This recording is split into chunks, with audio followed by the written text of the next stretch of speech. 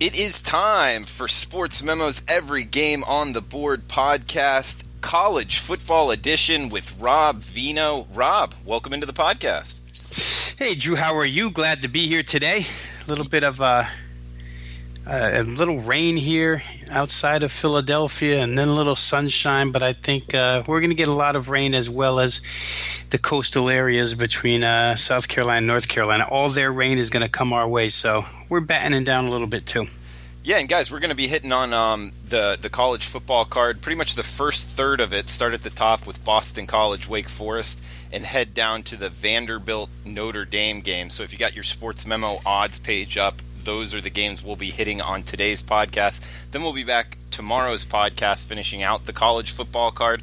Rob hit on it. Weather is likely going to be a factor in a bunch of games, primarily on the East Coast this week. So for totals bettors, really even for side bettors, it's something you got to pay attention to. We'll be talking about it a bunch in certain games. Rob, we got to get going here. Long podcast, but not too long. A fun one. So excited to talk about it. And we got starting off with 103-104. Boston College, Wake Forest. Looks like Boston College laying 4.5 on the road, 53 the total. What do you got on BC Wake, Robbie? Well, it's a huge divisional game inside the ACC, right? So that's the first order of business for both of these teams. We saw Wake Forest a couple of weeks ago, opening night against Tulane, where they had to play the freshman quarterback, true freshman, Sam Hartman, and he looked real good, but they did struggle to get out of there with a victory against the Tulane Green Wave.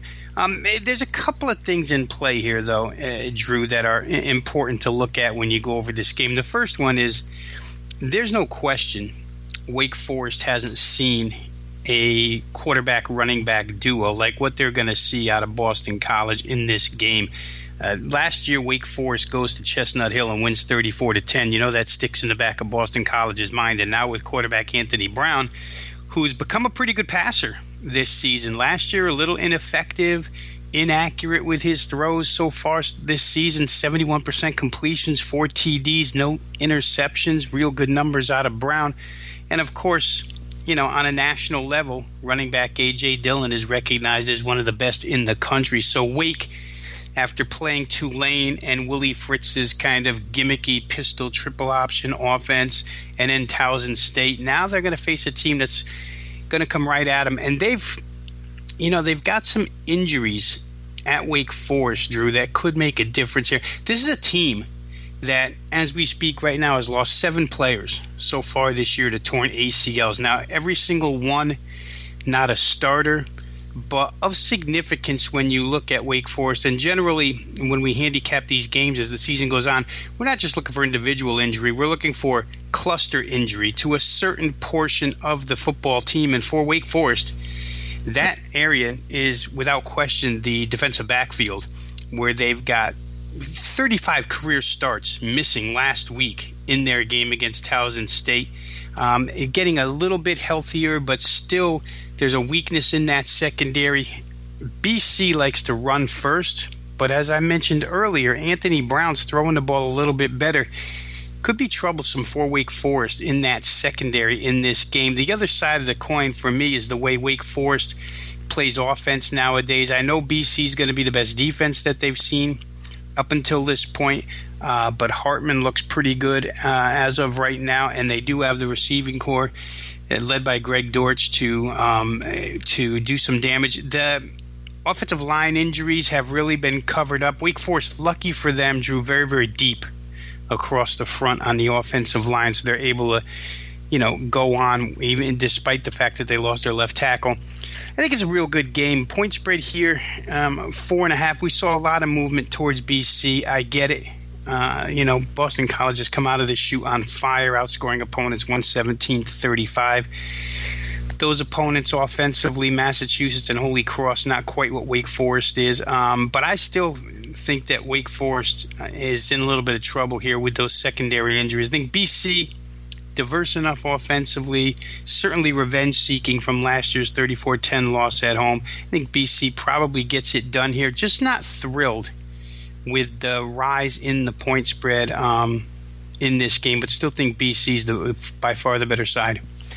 Robbie, we got a Friday night game, but first, before that, did want to let everybody know we're doing a special here. It's a text club. It's 100% free to all the podcast listeners out there. And all you got to do is text Sportsmemo to 33222. That's the number, 33222. And just text Sportsmemo to that number, and you'll get $30 a welcome bonus just for doing that to use on sportsmemo.com. You can use it towards daily plays, extended service, whatever you'd like. That number's 33222. Just text Sportsmemo to that number. Robbie, another weekday game here. We got Georgia State traveling to Memphis to take on the Memphis Tigers. This is kind of an interesting one.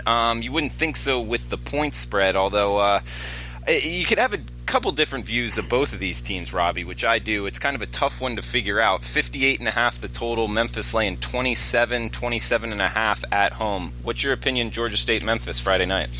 Well, my initial thought is that Georgia State will probably have a hard time keeping up with the passing game of Memphis. Last week against NC State, the 41-7 final signifies a blowout for NC State. The 32 of 39 for 82% completions by NC State last week. And I know Ryan Finley's a veteran quarterback, but 32 of 39 for 426 and 82%.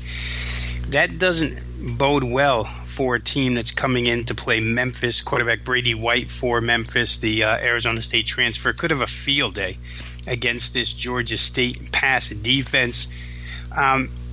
39 dropbacks last week by NC State. Georgia State did manage to get to the quarterback 3 times, but NC State a little bit of a different pass offense. Memphis gets it out quicker. I don't know that Georgia State's going to be able to handle the passing game of Memphis. We know Memphis likes to go real fast under Mike Norvell, and they're pretty efficient doing so. So the question becomes, can Georgia State score and hang within this number against Memphis? And we've seen the number do nothing but go up, right, from 22.5 all the way to 27.5, a 5-point move on Memphis. Interesting that the total's been knocked down a little bit here, Drew, 59 to 58.5. Doesn't seem to correlate with the way the money's moving. I don't know that Memphis State's defense is good enough to keep Georgia State out of the end zone a few times here in this game. So for me, I would probably look over just, from a fundamental standpoint, that Memphis should have no trouble moving the football. And Georgia State, when they get it back, I think can do enough with Ellington and company to score enough to get that thing over the number. It could move. I mean, we're sitting here on Wednesday afternoon talking about a total of 58.5. It's a standalone game on Friday. That number could jump. So if you were going to play it, you'd probably want to play it now. Yeah, I would agree with you, especially if there's no weather issues. I could see nothing but over money coming in with a singled-out game. A lot of public bettors. So I'm with you. If you like the over, and as long as there's not major weather issues, I would get in sooner rather than later. We got 107-108 bringing us to the Saturday card, Robbie. UTEP versus Tennessee, 47.5 the total, 30.5 Tennessee laying in Knoxville. Any opinion on this one? Probably zero interest in it, just because the UTEP rebuild is going to be a real struggle for Dana Dimmel. We talked about him a little bit a couple of weeks ago, and the jump from K-State and what is a pretty secure program to UTEP, where, like I say, the Sean Kugler era left that team pretty much in shambles, and Dana Dimmel's there to pick up the pieces. A lot of the offseason talk was that they were going to try and diversify the offense, because under Kugler, it really was nothing but hand the football off and try and play defense. Here, UTEP just doesn't have the weapons to consistently move the football on drives. And after watching a couple of games of Tennessee defense, I think for sure that Jeremy Pruitt has the defense going in the right direction, especially against outmanned opponents, which is what UTEP will be in this game. When Tennessee comes to the forces that be, or comes up against the forces that be in the SEC, their defense might look a little bit different. But right now, against a team like this, I could see them dominating the game. That's probably why the total has come down from 51 to 47.5. Not a lot of UTEP points expected in this game. However, From a side perspective, can you trust what you see on Tennessee's offense right now, even against a broken down Texas El Paso team? Can you figure them to score enough to cover 30.5 at Chris now 31? I don't know that I can. Like I say, a game for me that has zero interest. So we'll see how it goes. It's going to be a long, long year for Dana Dimmel in Texas El Paso. Robbie, we got 109-110 Ball State at Indiana, 57.5 the total, 14.5 the spread, pretty much across the board. Do want to know your opinion on this one. Obviously, a MAC team versus a Big Ten team. But also, can you confirm that this is an in-state rivalry? Is Ball State in the state of Indiana? Ball State is in that I can confirm. It's in the state of Indiana. So, I've never heard it referred to as an in-state rivalry, but I guess if you're Ball State and you're taking on the biggest university in the state, it would qualify as such for them, probably not for IU. When I finish here, I'll get a couple of thoughts out of you because I know that you were involved in the Florida, or at least watched the Florida International Indiana game last week, sending me a couple of text messages. But let me just say this about Ball State. This is a team, Drew, that in the offseason, when I went to do my power ratings, got the biggest increase of any team across the nation as far as FBS is concerned. And a lot of that was due to the fact that they went through so many injury problems to significant guys last year. You can't lose quarterback Riley Neal. You can't lose running back James Gilbert to injuries and not have it affect your team. With both of those guys back healthy this year and others, multiple others that came back this year, Ball State got a pretty good boost in the power ratings from me, at least. I think they did from the odds makers as well, just by viewing where they've opened Ball State games so far to date. Ball State comes out of the chute. They beat Central Connecticut, FCS team 42-6. But last week was really impressive, and I understand that it's a letdown game for Notre Dame after their big victory in Week 1 over Michigan, where they put their entire spring and summer's worth of focus into one game, came out victorious. You come out as a huge favorite the next week against Ball State, and it's a classic handicapping situation where the underdog should cover. Ball State did, but not only did they cover, they showed up, and Notre Dame ran the football 41 times for 117 yards against this team, which really signaled to me that Ball State has become a lot more physical than what we know of them to be inside that MAC conference. They had to come up with 10 points in the fourth quarter to make the final 24-16. It was 24-6 after 3, but they never stopped playing. I think that when you look at the tempo that they're playing with this year, and they ran 97 plays against Notre Dame. The week before against Central Connecticut, they had 84 plays. So they're averaging about 90 plays per game right now, which is extremely fast. I believe it's the highest number in FCS football right now. Indiana hasn't had to deal with that yet. And I know Tom Allen's defense has been good ever since he took over. In fact, it was a major upgrade first year, even better second year, real good this year. But this is a different deal when you have to deal with extreme tempo like this, and a team in Ball State that can execute, and a team in Ball State that comes off a game where you could call this one a step down in class. No doubt. You just played Notre Dame. You feel like you went toe-to-toe with them, and now you're going to play Indiana. So I think for a lot of reasons, Ball State plus 14.5 looks good to me. Haven't seen enough out of the Indiana offense to like them in this type of double-digit situation. In fact, I would recommend fading them in any double-digit situation right now, the way their offense is going. I didn't see a lot of the FIU game last week. I know that James Morgan played somewhat for FIU. Obviously, you let me in on some of that stuff. But, hey, I just don't think Indiana's ready to be a 14.5-point favorite, and I think Ball State's more than ready to come in as a 14.5-point dog and cover this number. Yeah, I don't disagree with you. And, Robbie, I was texting you for the FIU Old Dominion game. They played Indiana two weeks ago. That's right. But you know what? The Indiana kind of struggled with FIU in that game, I remember, 2 weeks ago. So I didn't have too much of a bet on next to Indiana. And with the FIU ODU game, yeah, we were texting, how they were shuffling in quarterbacks, which I thought was surprising with the FIU transfer. But we'll get to FIU in a minute. First, we got Temple, Maryland, 51 the total, 16 Maryland. The Terps only laying 16 at home against Temple. This one kind of surprised me, Robbie. What about you? Well, I think some of it's based on a miserable first half out of Maryland last week, and they did bounce back, and they went crazy offensively in the second half of that game, especially running the football extremely well. This is a real good offense at this point in time, and I think that when you look at Jeff Collins and that coaching staff for Temple, I think there's trouble there, Drew. Fairly close to the situation here in the Philadelphia area. And I do know that there were a lot of Temple players that didn't really take to the new regimen that the SEC coaching staff came in with. It's been a real uphill battle for Collins to get this team to where he wants them to be. And I don't know that the players are responding either. You know, Matt Rule took a Temple program that was pretty much a doormat and turned it into one of the conference's best, if not the best, that one year when he left.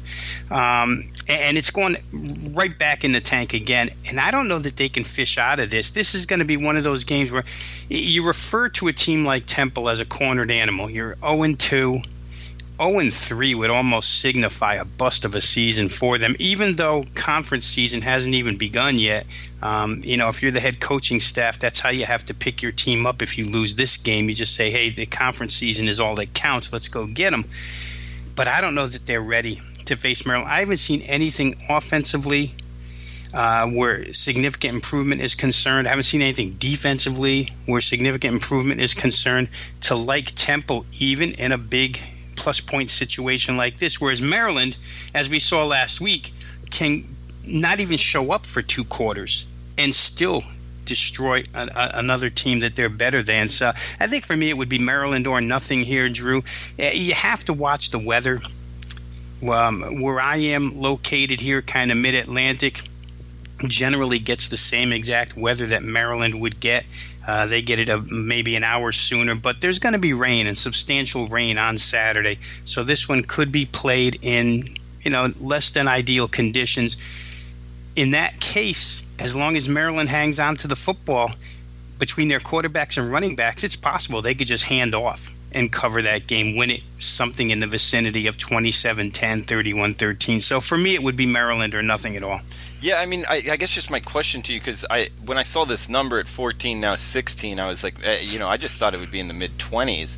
Do you think this team has quit? I mean, I guess they did only lose to Buffalo 36-29, so in the game the whole time, but they did lose to an FCS team the week before. So do you think they've quit on the coaching staff, Robbie? I don't know that quit's the best word, but I know that they haven't taken to the style whatsoever. Now, just from a numbers standpoint, Drew, and baseline power ratings, and then we'll compare that to what our eyes have seen so far this season. But power ratings made this game Temple 14, so I can't disagree with where the odds makers opened it. The money has carried it to where it is now at 16, which, like you and I are saying, what we've seen so far out of both of these clubs, there's no way you could play Temple at this point in time. I'd agree with that. Like I said, I don't know that any team quits this early in the season, but I will say that this new regime hasn't really gotten what they wanted out of the personnel. And after all the weeding out that went out last year, I thought maybe they'd come out of the chute a little quicker this season. They didn't. That loss to Buffalo last week, Drew, although you and I might consider that, hey, Buffalo's a pretty good team, especially throwing the football. No shame in losing 36-29. They took that loss real hard, almost as a slap in the face, like how dare Temple lose to Buffalo in this area? How dare we lose to Buffalo?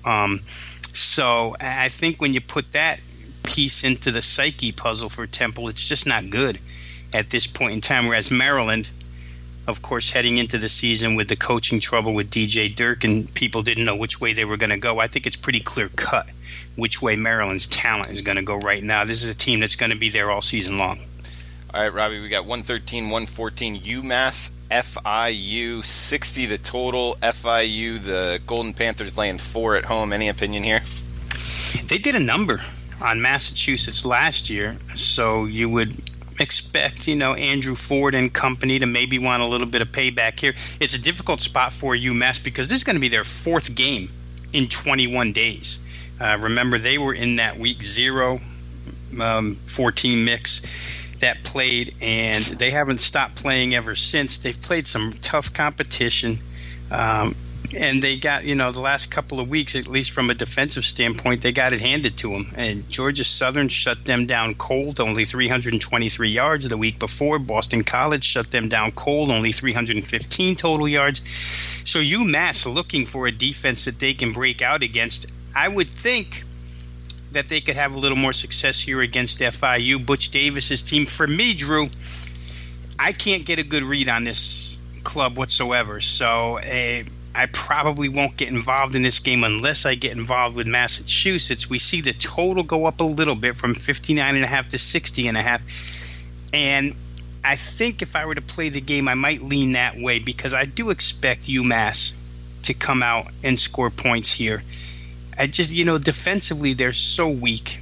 622 total yards allowed to Boston College 2 weeks ago. 488 to Georgia Southern, a team that's rebuilding its triple option offense. So you can't like what you've seen out of them, especially having to play so many games in so many days. I worry about the defense. For me, the look might be toward the over, but no specific play on the game just because I can't get a true read on Florida International right now. All right, Robbie, moving on from FIU in Miami to the Miami Hurricanes traveling to play Toledo. 57 the total, with the Canes laying 10 on the road. Interesting matchup here, Robbie. What do you think? Yeah, I think there's a little bit of, at least from what I see and hear and read in newspaper articles so far, and again, we're only midway through the week. It's only Wednesday afternoon here. But I think there's an awful lot of opinion toward Toledo.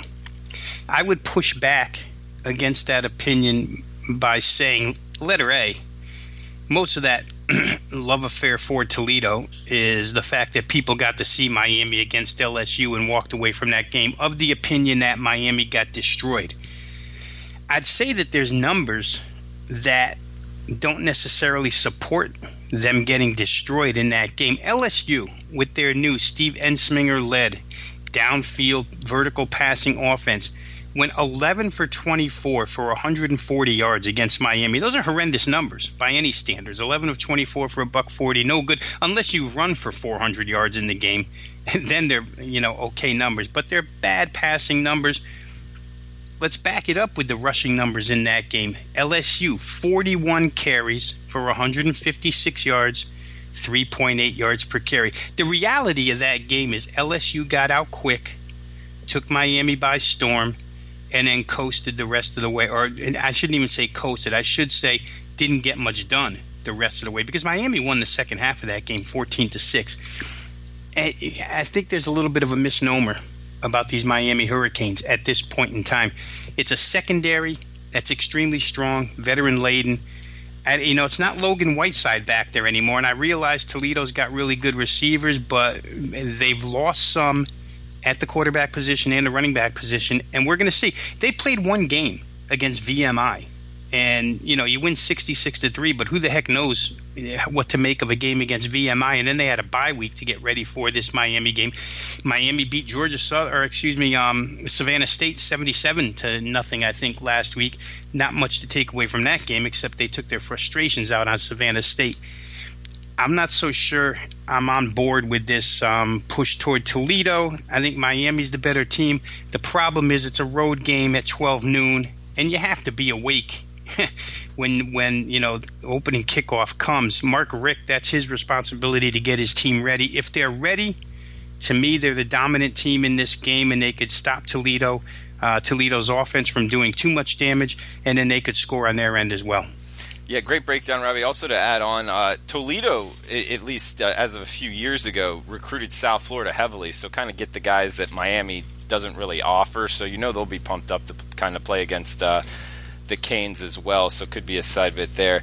Robbie, one of my favorite matchups of the weekend, 117-118 Hawaii Army. This is the second longest trek a college football team has ever made in the United States of America. They're going from Hawaii all the way to play Army on the East Coast. 62 the total, 6 Army is actually laying it home. Any opinion on the Rainbow Warriors versus Army here? Well, here's what's good about Hawaii. They've already faced Navy. So the triple option stuff, they have gotten a full look at, and coming to West Point should at least be a little bit better prepared than they were against Navy. The second good thing again about Hawaii is the fact that they're getting out to these quick starts against teams. And when you look at their schedule so far, Colorado State, they were a bit of an unknown. In fact, Colorado State was a very, very heavy favorite in that game. But Hawaii, once they showed that they could score almost at will against Colorado State, opinions started to change on them. They come back and they play Navy the next week. And sort of split opinion. I think the line moved towards Hawaii in that game to begin with, then came back towards Navy close to the game time.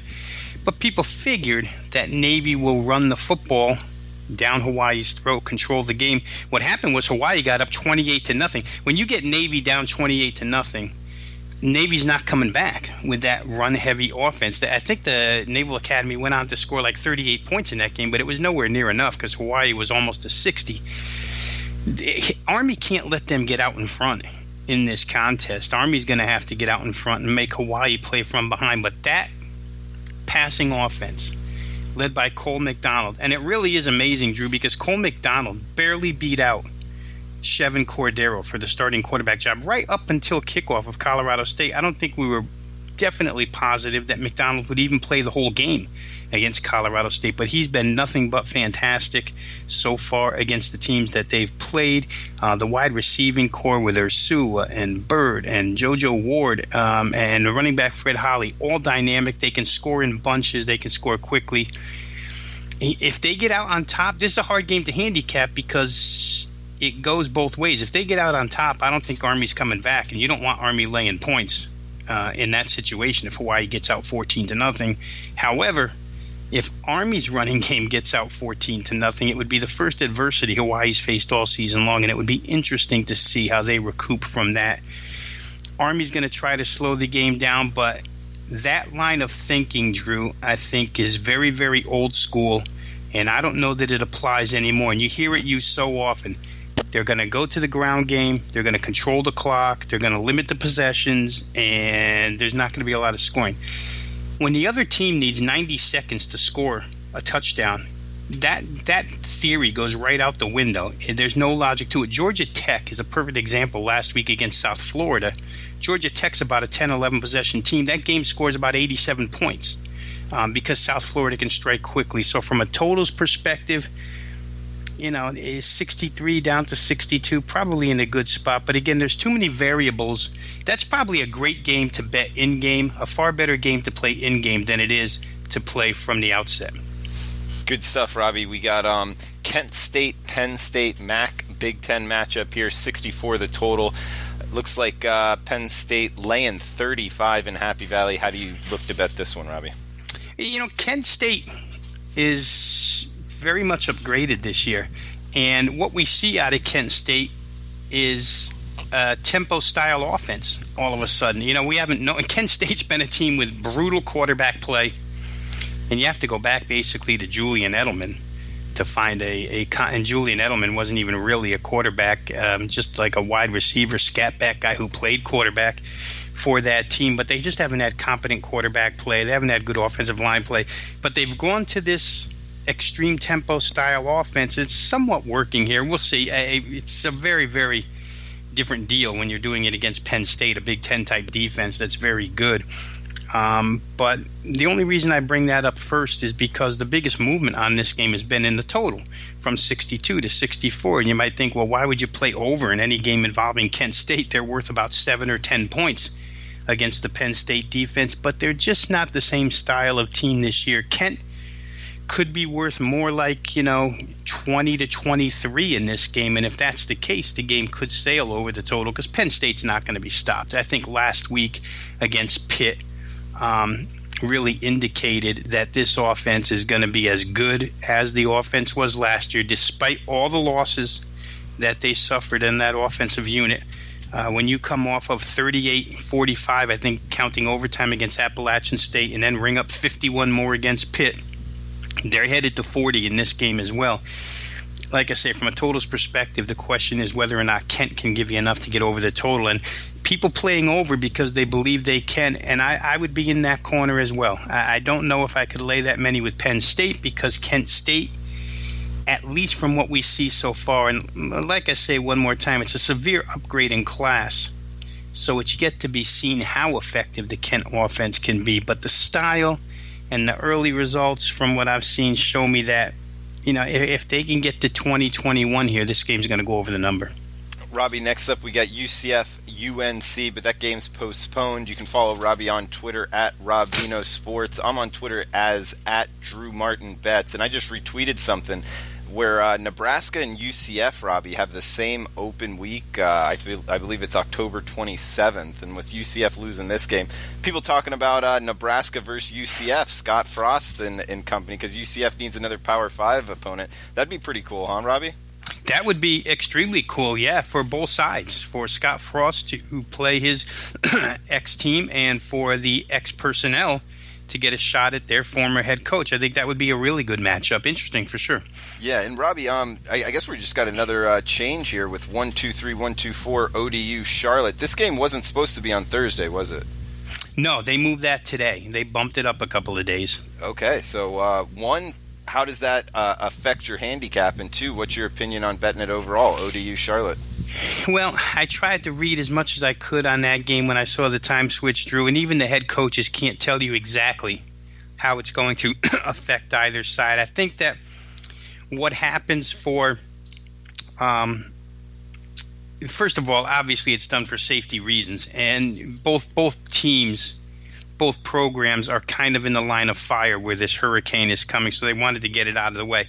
But, the Charlotte team has a couple of injury issues that maybe you would like, 6 or 7 days to see if you could get healthy, a full practice week to see if you can get guys healthy, rather than just the 3 days that they're going to have before they have to go out and play. So there could be some problems there for Charlotte. However, what we've seen of ODU so far this season, and their new quarterback Steven Williams has not been great, 25 of 52, 48%. That team, Old Dominion, has been outscored 52-0 in the second half so far this year. So maybe, Drew, we could just cut the whole analysis right there and say, listen, bet Charlotte second half because ODU can't score a point. But again, that'd be a little bit knee-jerk and premature because it's only 2 games. But they haven't run the football well. They only run for 111 yards a game. And surprisingly, Charlotte's been stout at the point of attack. Only 65 yards per game allowed on the ground. So that's a good matchup for the Charlotte defense. They've got a weird quarterback situation going on down there where last year's starter, Hassan Klug, lost the starting job to redshirt freshman Chris Reynolds, who really got the job only because Miami transfer Evan Sheriff's got an abdominal strain. He's out 4 to 6 weeks.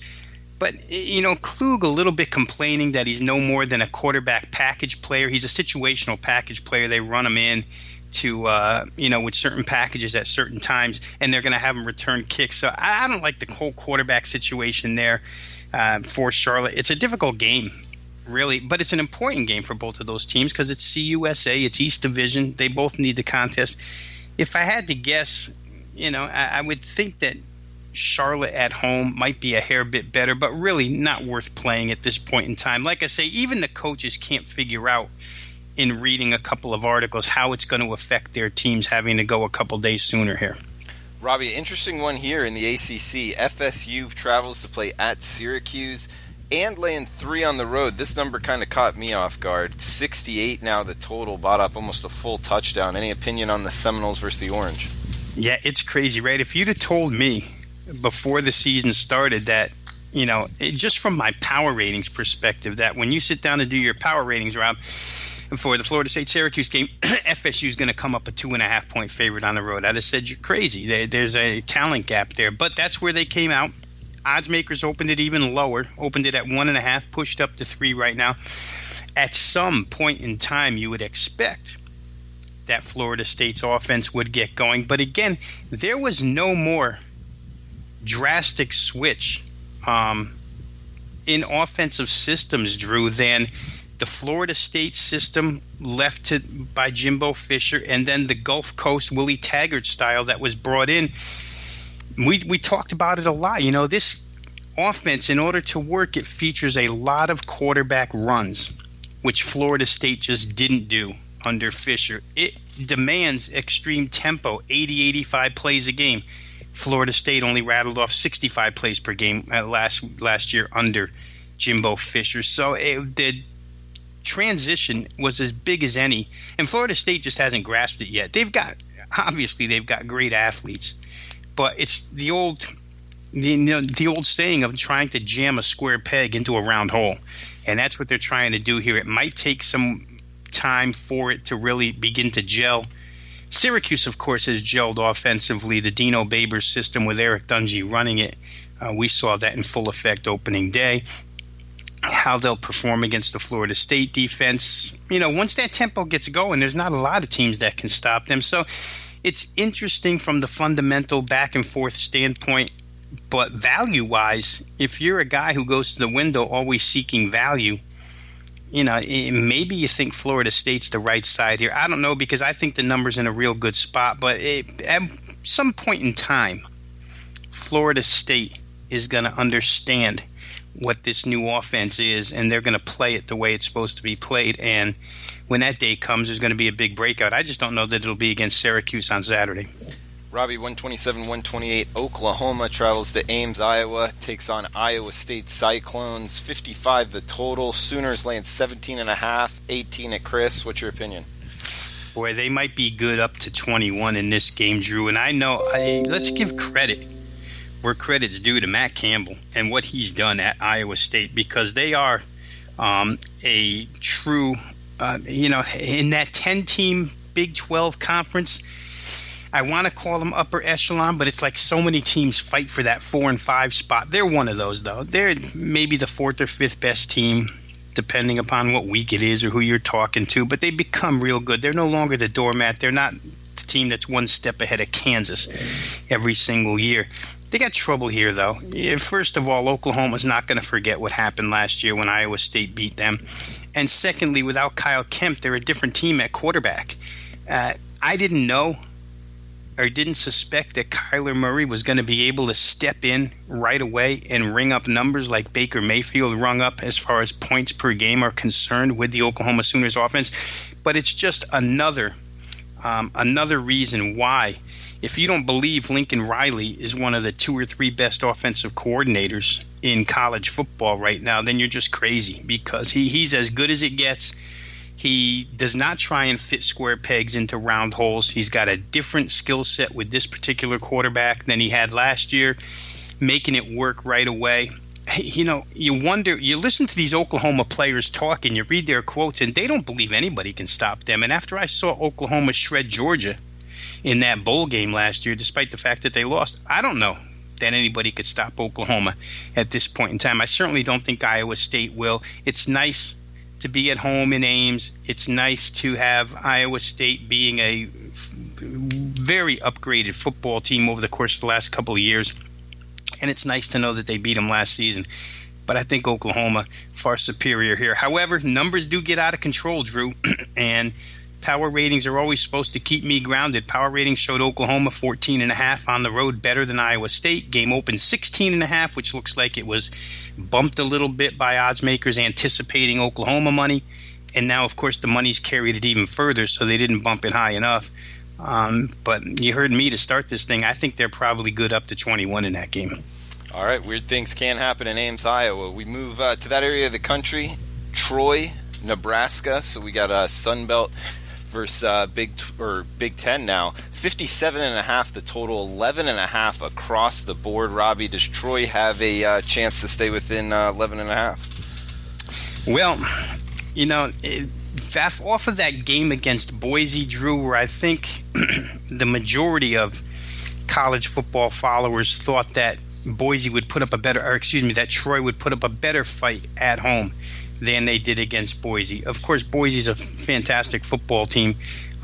but they really didn't put up much of a fight at all. Boise went up and down the field. Brett Rippon was tremendous, and that game was a real easy win and cover for the Boise State Broncos. So kind of, it made me believe that without Brandon Silvers at quarterback, maybe Troy is downgraded somewhat. I know they're still good as far as Sun Belt teams are concerned, but these non-conference matchups, it probably could cause them a little bit of trouble. I'll tell you one thing. Tristan Gebbia is probably upset that he transferred out of Nebraska now, because he'd be starting this week. Adrian Martinez gets hurt right away. Don't think it's serious, but you'd probably have him starting if he didn't transfer right here and have a chance to show what he can do on the field against Troy. I think the starting quarterback injury puts Nebraska in a bit of a bind. I just don't know what to make of Troy, Drew, to be honest with you. I find that first loss of the season to Boise State, where they were really non-competitive, to be a little bit alarming, and maybe they're just meant for Sun Belt competition this year and not to step out of the league. Nebraska against Colorado loses that football game. The defense really hasn't made any strides, but let's give Scott Frost a little bit of time here. He didn't turn Central Florida around in the first 11 or 12 games either. It was the second year where they really made the progress. So we'll see how it goes for Nebraska. Game where maybe you could play over. I mean, at that number, 60.5, knowing what Troy's defense, or how Troy's defense got dismantled by Boise, perhaps Nebraska with even a backup quarterback could do the same here. Robbie, we're going to the depths of the Power Five here. Rutgers, Kansas, 44.5. The total 2.5. Kansas laying at home. This is a weird one, Robbie. Two teams that haven't gotten off to good starts. Would you be involved, and which side would you look towards? Yeah, I don't know that you could be involved because there's far too many variables here. Let's say this. Kansas is going to be on a confidence high walking into this game after winning for the first time on the road since like 2009, I think it was, in their last contest. And Rutgers, of course, defensively much improved, but offensively a lot of the same. They've got the true freshman local quarterback, Art Sikowski, who they believe in time is going to be an exceptional quarterback. He was a great high school quarterback, but they don't necessarily have the pieces right now. And I know that that team has worked real hard to try and get better and better. I think they're the better defensive team in this game, but you still have to score some points. Trying to, pick through the garbage and find one piece of garbage that's better than the other, from a literal standpoint, if you were doing that, it's hard to do. I don't know which team I would play here. I think that, Kansas laying forward to me is just not appealing whatsoever. It's a team that can barely win games. I don't think I want to lay points with them, especially with Rutgers' defense. So anything over a field goal, if you're going to play, I guess you look to the underdog. Rutgers defensive based and more than the field goal, probably the way I'd look, but I won't play that game. Robbie, a couple more games here for today. Also, guys, remember the special text club, 100% free for $30. All you got to do is text Sportsmemo to 33222. That's just 5 numbers, 33222. Text Sportsmemo to that number, and you'll get $30 off anything you want at sportsmemo.com. ECU, Virginia Tech, canceled. Georgia Tech, Pitt. Georgia Tech laying 4 on the road, 52.5 the total. What are you thinking about this ACC clash, Robbie? Well, I think it was a couple of disappointing losses last week, right? Pitt had high hopes for that in-state rivalry against Penn State, and they just got their doors blown in. All the progress that they thought they had made under Pat Narduzzi, and I'd be in that camp. I thought with Kenny Pickett now the quarterback, and things seemed to be taking shape at Pittsburgh, that they would be more competitive, especially off of the Penn State survival opening week against App State. But it didn't happen. None of that happened. Penn State came in, they flexed their muscles. Pittsburgh never got off the deck, and it was a complete blowout. Pittsburgh winds up giving up more than 50 points. And all the derogative statements James Franklin has made towards playing Pittsburgh come true. For Georgia Tech, you get out quickly against South Florida and end up, I think they gave up 2 kick returns for touchdown in that game, and 49 points overall. Some of the worst fears for Georgia Tech defensively, especially in the secondary and speed-wise, came true in that game. They lose 49-38. So when you have a divisional game like this is, ACC Coastal, and you have two teams coming off disappointing losses, it's hard to figure out which team is going to respond the best, especially when you have two teams that are somewhat in the equal talent base mode. Can Pittsburgh handle the Georgia Tech option attack? That'll be the biggest question mark. I happen to think Narduzzi's real good at defending a lot of things. He didn't defend Penn State last week, but I think that he can come up with a game plan against Georgia Tech here. And we'll see if Pittsburgh can do anything offensively. Tough game to call, Drew. From a total standpoint, you're looking at a game that's at around 52.5 right now. Once again, I would just say check your weather for Saturday. This is another game in western Pennsylvania that could be affected by rain during the game. So if it gets to that stage where it's purely a ground game because of heavy rain, Georgia Tech's going to have to hang on to the football, because any of those option pitches turn into fumbles. That could be the difference in a game like that. Yeah, interesting handicap tidbit there, Robbie. So if there's rain, which it looks like there will be in this area of the country, you think rain in this particular matchup here, Georgia Tech versus Pitt, favors Pitt, or do you think it favors Georgia Tech keeping the ball on the ground?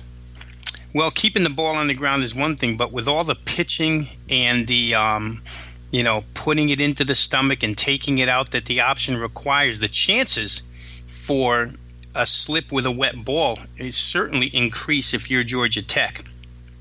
So I think turnover-wise, and we can never handicap turnovers, Drew. I wish we could, because if we could handicap turnovers, we'd win about 30% more games than we already do. But I think that the probability certainly for a turnover in the ground game goes way up for Georgia Tech, because they are the team that manipulates the football far more, where Pittsburgh's just a straight handoff team. And Pitt's defense, any recovery there, it could be the difference in the game, and there's no doubt about it. So once again, keep an eye on it if it's a misty type rain, but if it's heavy rain constant through 60 minutes of football, that could be troublesome for Georgia Tech. Robbie, we got one game left here, Vandy, Notre Dame. I do want to leave you guys with, it is $9 Wednesday, and Robbie has a play on the MLB board going tonight. You can pick it up for just $9. And also on top of that, you can even double up with the $30 off by texting Sportsmemo. All you got to do is text the word Sportsmemo to 33222. So did want to let you guys know about that. Last game up, Robbie, for the day, we got 137-138 Vandy, Notre Dame, 52 the total. Looks like the Irish laying 14 at home, Robbie. Yeah, we talked about last week some teams where head coaches could have teaching moments, one being Penn State. Hey, listen, guys, we're at home. And coaches love this when they win the game, but their team plays lousy. And in Penn State's case, 45-38 overtime. James Franklin had a lot that he could coach the following week, and guess what? It turned into a blowout of Pittsburgh. Notre Dame's kind of in that boat here. They barely survived against Ball State last week. Brian Kelly's not going to stand for 24-16 wins at home over Ball State. Too close to call. Didn't run the ball whatsoever. Supposed to be a dominant running team. All that stuff is going to be addressed this week. Then you have the other side of the coin, Vandy, which comes in on another high like they did last year. Remember when they were calling after 2 games for Alabama? When they were going to Alabama, oh, we want Alabama, and they got their doors blown in. It's a game where they don't necessarily match up. Derek Mason does a nice job with that defense every single year, anchor down and all of that. However, this is the first team that Vanderbilt's played this year. They play Middle Tennessee and they play Nevada, 2 teams that are far more finesse than physical. They didn't really run the ball at Vanderbilt. Notre Dame's going to run the ball downhill at Vanderbilt and test their physicality right off the bat. And it'll test the speed of Vanderbilt when Wimbush, it runs a read option or whatever. I just don't know that it's a good matchup for Vanderbilt. And watching that game last week, yes, they moved the football. Yes, they scored a lot of points. They gave away a lot of points too, because they weren't especially efficient. I think they had 6 trips into the red zone in the first half, and I think they came away with only 20-something points. So they left a lot on the table. I just think it's a good opportunity for Notre Dame here, Drew, from the situational spot that Brian Kelly will have a lot to ride his team for this week. Get on them, get a far better performance at home. I don't think they'll have 2 back-to-back duds at home in South Bend. Point spread looks a little high because you say Vanderbilt's a good defensive team. They can hang. But Shermer, to me, is going to be under a lot of pressure here. They haven't played a defense yet. Middle Tennessee doesn't play much defense. Nevada doesn't play much defense. Different animal here. I like Notre Dame in that game. All right, Robbie, if you like what Robbie had to say, want to check out his premium stuff on sportsmemo.com, make sure to check it out. He has a play going on Thursday. You can also get his full season for under a dime by using and add on the Sports Memo texted to 33222 to get that extra $30 off. So for Rob Veno, I am Drew Martin. We'll be back tomorrow finishing up college football, every game on the board.